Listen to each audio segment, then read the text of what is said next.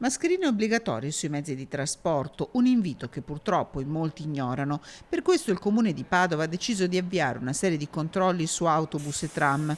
Il numero dei contagi in città e provincia preoccupa. Tutti devono fare la loro parte. Nei mezzi di comunicazione ci sono delle segnalazioni in cui ci dicono che non vengono utilizzate le mascherine.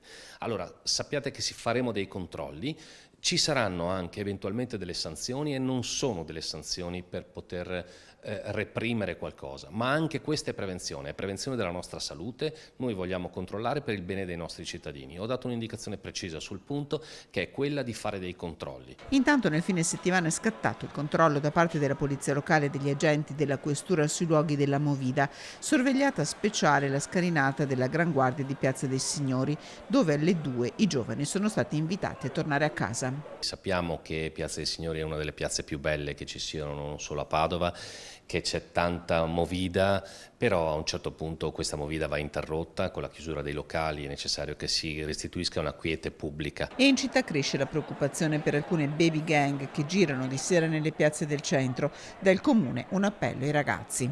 Io dico ragazzi, freghiamocene di quelli che ci dicono, quando vediamo queste persone facciamo una telefonata, comunichiamo, sono in giro questi ragazzi, le forze dell'ordine intervengono e quindi in questo modo si fa la prevenzione, in questo modo qui.